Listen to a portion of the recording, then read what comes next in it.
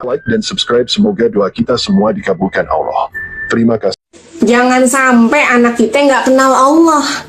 Kalau anak kita sejak usia dini udah kenal Allah mah enak kesono-sononya. Insya Allah sholatnya kagak perlu lagi no yang namanya sampai disuruh-suruh lagi sabanari ya. Baca Qur'annya kagak mesti emaknya nyuruh-nyuruh sambil ngereok. Jadi ibadah-ibadah lain anaknya insya Allah bakal ikhlas ngejalaninnya. Karena faktanya banyak nih yang ibadahnya anaknya terpaksa. Bahkan ada yang sampai ngibulin ortunya loh, bilangnya mau udah sholat, padahal cuma belaga wudhu, nyalain keran, mengadul-ngadul mukena no, biar dikira udah sholat ya, dikira kita nggak tahu.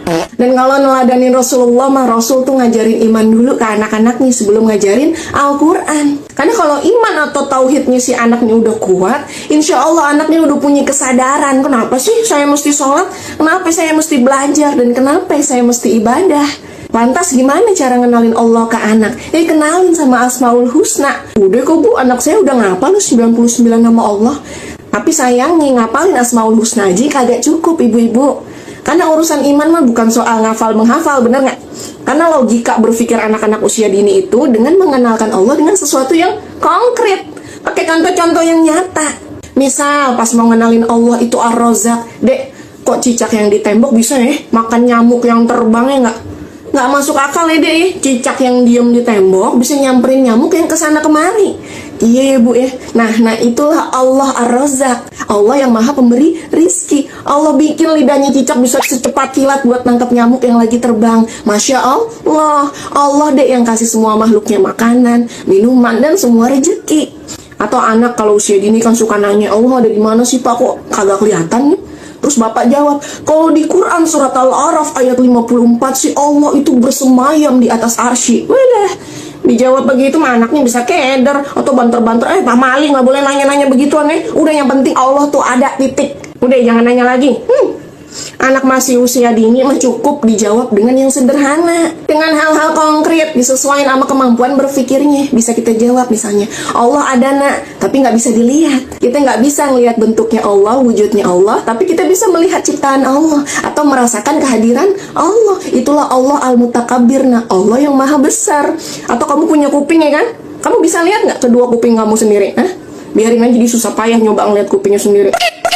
Iya nggak bisa bu. Nggak bisa lihat ya kan? Itu karena penglihatan manusia mah terbatas. Atau coba deh, adek kamu liatin matahari pas jam 12 siang 5 detik aja, bisa?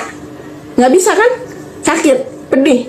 Nah gitu, buat lihat matahari aja kita nggak sanggup. Apalagi ngelihat Allah. Itu karena Allah Al-Muta'ali, Allah yang maha tinggi. Jadi Allah ada, tapi nggak bisa dilihat karena penglihatan manusia terbatas. Sekalian nih kita juga bisa ajak anak kita berpikir ya, nggak bertafakur. Atau pas anak lagi makan roti kita tanya, sayang kamu bisa nggak bikin roti ini sendiri? Nggak bisa bu. Kita bikin roti aja nggak bisa sendirian nak mesti beli dulu ke tukang roti. Tapi kalau Allah mah bisa bikin semuanya nak Jangankan bikin roti, Allah bisa bikin bumi yang sebesar ini, bahkan bikin langitnya juga. Bahkan Allah juga kan yang ciptain kamu, ciptain ibu dan semua manusia. Allah itu Al-Khaliq, Allah yang maha menciptakan. Jadi mengenalkan Allah nggak cukup dengan nyuruh anak ngafalin Asmaul Husna, tapi gimana sifat-sifat Allah ini bisa dirasakan dan dibayangin sama anak secara konkret, secara nyata. Bisa lewat yang ngobrol, bisa lewat bermain, atau pas jalan-jalan, dan momen-momen menyenangkan lainnya. Nah mau dong kita dan anak-anak kita semakin mengenal Allah dan sifat-sifatnya. Nah, ingat jangan lupa subscribe dan like ya teman-teman.